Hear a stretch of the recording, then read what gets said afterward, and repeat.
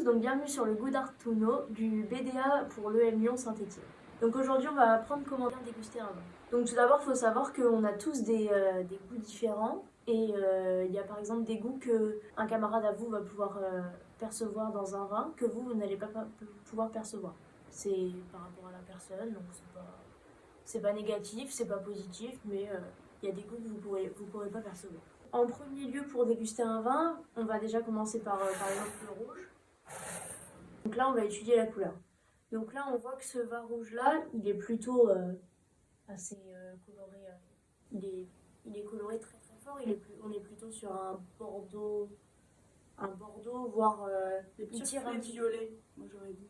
Il tire un petit peu sur le noir en fait. Donc limpidité, c'est est-ce qu'il laisse passer beaucoup de lumière. Pour bien déguster, il faut être dans une salle normalement où il y a peu d'odeur, une bonne autour de 20 degrés dans la pièce, donc c'est ce qui se passe ici. Et normalement, il faut une bonne luminosité, plutôt une lumière blanche. Donc là, on peut voir qu'il laisse pas passer beaucoup de lumière. En fonction de ce qu'on voit, on voit pas derrière le verre, on voit pas passer la lumière derrière le verre. Donc là, il est pas très limpide. Et donc au niveau de la brillance, donc est-ce qu'il reflète la lumière? Donc là, c'est ce que tu disais au niveau des reflets violets. Donc ce qui fait les reflets violets, c'est qu'il reflète un petit peu la lumière. Alors, il reflète pas énormément la lumière du fait qu'il est très très foncé. Pour le rosé, ça va être exactement la même, sachant que pour le rosé, il y a une teinte de rosé. Donc lui, on part plutôt sur un rose assez pâle. Au niveau de la limpidité, donc là, on voit beaucoup plus par rapport au rouge qui laisse passer la lumière derrière. Et au niveau de la brillance, il est aussi très brillant puisque vraiment le rose reflète la lumière énormément. Il y a des petits, au fond du verre notamment, on peut voir qu'il y a des reflets.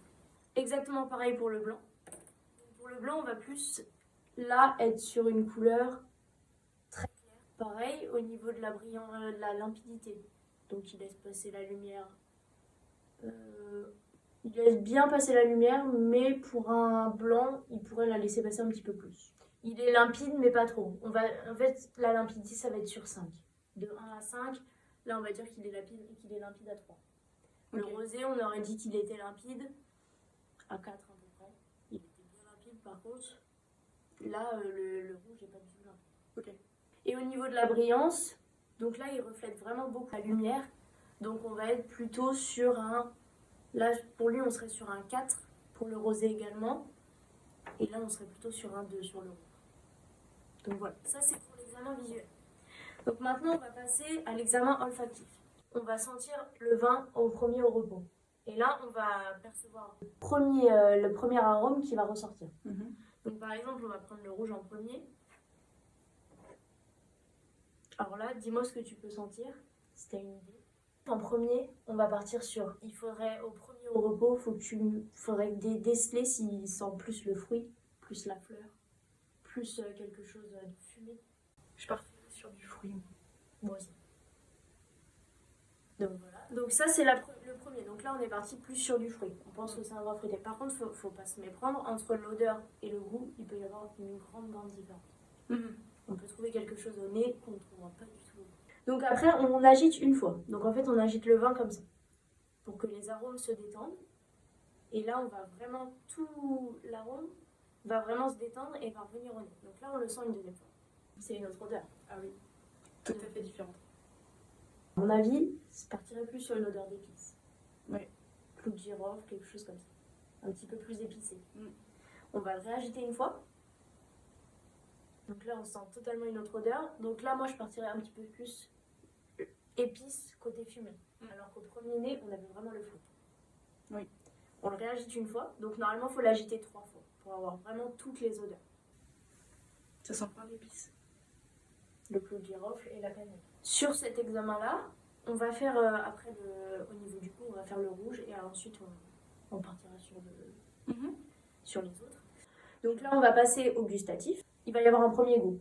On va l'agiter, il va y avoir un deuxième goût et on va le faire 3 fois pour vraiment pouvoir noter les arômes à la bouche. En olfactif, on avait fumé, épicé et fruit. On va voir ce qu'on ressent à la bouche. Et ensuite, le dernier examen à la bouche, ce sera quand on aura fini, combien de temps il tient en bouche. Est-ce qu'on le sent longtemps dans la bouche? Alors, il peut y avoir plusieurs goûts. on va sentir s'il est acide, salé, sucré et eau. Ok. Donc ça, il faut qu'on décèle ça dès le premier coup. Il faut que tu laisses rentrer un petit peu d'air dans ta bouche pour que l'oxygène rentre et que ça Ok. permette de bien les goûter. Bah, il est amer. Je trouve aussi qu'il y a. Alors là, tu vois, est-ce que ça te colle sur les côtés? Ouais. Et ben ça, c'est un goût qu'on va appeler astringent. Tu vois, quand tu manges une pomme pas mûre, ça fait exactement la même chose. Ok. C'est que ça colle sur les côtés. Donc là, il est astringent. Donc au deuxième goût, on va devoir déceler si donc il est astringent, froid ou chaud. Donc astringent, c'est qu'il colle. Froid, c'est que quand tu... Il n'y a pas vraiment de goût qui ressort et quand tu le passes dans ta bouche, il n'est pas... il est pas enfin, il est froid dans ta bouche. Et chaud, c'est qu'il va être un petit peu plus... Parce qu'il est un petit peu plus fort, un petit peu plus... Comme quand tu mets un alcool fort dans ta bouche, ça fait une sensation de chaleur. Alors là, on va regoûter une fois et on va attendre un petit peu. À voir combien de temps, est-ce qu'il est long en bouche ou est-ce qu'il est court en bouche. Est-ce que tu le sens encore beaucoup dans ta bouche, par exemple, 1-2 minutes après, ou est-ce que 30 secondes après, il est déjà parti. Tu le sens encore? Ouais. Moi, je dirais qu'il est assez court en bouche quand même. Parce que tu n'as plus vraiment le goût. Oui. Tu n'as que l'astringence. Il y a que ça te reste sur les joues. Mais le goût est pas là. Par contre, qu'est-ce que tu as décelé en bouche comme goût qui était beaucoup présent? Est-ce que tu sens un côté épicé, un côté fumé? Plus un côté fumé. Un côté fumé, je suis d'accord. Un peu comme du jus de viande. On peut dire ça. Ou un jambon bâclé. Voilà. Donc ça, il est un petit peu fumé en bouche. C'est ce qui va ressortir le plus. Alors que nous, ce qui est ressorti le plus, c'était épicé. On va sentir le verre vide. Ok. Et on va voir quel arôme reste le plus. C'est un peu sucré. Moi, je sens plus le fume. Ah ouais? Et c'est normal qu'on sente pas la même odeur? Oui, ça dépend de la personne. Comme, par exemple, il y a des odeurs que tu vas sentir que je ne vais pas sentir. Moi, je sens pas du tout la violette, par exemple. J'arrive pas à déceler la violette dans un vin. Alors que ça peut y sentir beaucoup. C'est en fonction de la personne. Alors, le rosé, normalement, si tout va bien, on serait plus sur une odeur de fruits. C'est fruits rouges. On peut faire un ensemble en disant fruits rouges. C'est ce que tu sens aussi? Oui. Ça fait un petit peu fruit, mais un petit peu fruit confit. Oui. Un petit peu confiture. Donc ça, c'est la première. Donc on agite une fois. Moi, je sens toujours la même chose. Moi là, Ça sent je juste partirais plus plus sur de la fraise, mais plus sur du coin. On est toujours dans L'esprit des fruits. Alors ça peut être des fleurs aussi, quelquefois sur le rosé. Enfin, ça dépend, mais c'est beaucoup plus floral et beaucoup plus fruité qu'un rouge. Ou un rouge peut être beaucoup plus fumé qu'un. Donc on va l'agiter une deuxième fois. Pour moi, on est toujours sur du fruit confit. Je le sens là. Le coin? Oui. Et la troisième fois, je pense qu'on va rester sur cette odeur sur le rosé. C'est vraiment très... Donc là, on va passer au premier goût du coup. Donc est-ce qu'il va être sucré, acide, amer, salé? Un peu sucré. Ouais, moi je dirais qu'il est très Un peu acide. Tu ressens de l'acidité? Ouais. Alors il faut savoir qu'il y a différents acides aussi. Tu peux avoir l'acide lactique, qui est l'acide du lait que tu as dans le lait. Ce qui est beaucoup moins agressif. Dans d'autres vidéos, je vous expliquerai certaines techniques de vinification font en sorte que leur vin, que les levures transforment l'acide citrique en acide lactique, ce qui va être beaucoup plus doux en bouche. Moi là, je le trouve pas acide, mais je pense que si tu sens de l'acide, c'est l'acide plus du lait que du citron. Ok. Il est donc ça c'est donc le premier pour moi c'est sucré. On va le regoûter une fois pour décider s'il est astringent, chaud ou froid. Pour moi, il est pas astringent. Il colle pas. Non. Il est pas froid en bouche, mais il est pas hyper fort comme on peut mettre. Là, on va le regoûter une fois juste pour être sûr. Il me fait un peu penser aux fruits chauds, genre par exemple une soupe de fraises ou quelque chose d'un peu caramélisé, mais un petit peu un crumble. Ouais. Sentir le verre vide. On est toujours sur la même odeur. Ouais.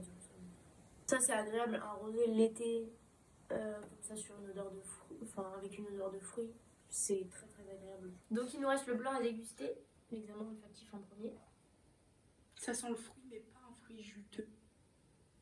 Genre pêche blanche un peu. Moi j'ai une odeur qui me vient, mais c'est une odeur normale. C'est la pisse de chat. Il y a un cépage blanc qui sent la pisse de chat. Moi j'ai un chat, je sens pas la pisse de chat là-dedans. Je la sens toujours pas. Un peu de fruits, mais un petit peu de pisse de chat. Dans le remuant, ça ira mieux. T'as raison, fruits ou fleurs blanches. On va le remuer une fois. Je commence à la sentir, je crois. Ouais. Deuxième agitation. C'est pas un défaut, hein, la pisse de chat. Allez, la troisième agitation. Pisse de chat, et là je suis beaucoup plus florale, fleur blanche. On goûte? Oui. Il est un peu salé.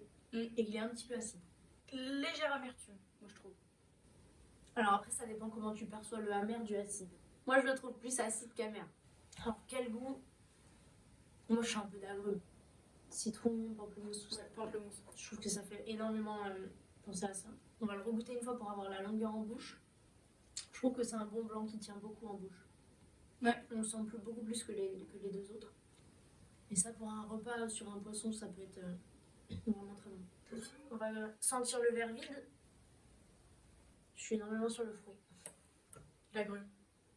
Les premiers arômes que tu sens au nez, des fois ils sont totalement à l'opposé de ce que tu vas sentir en bouche.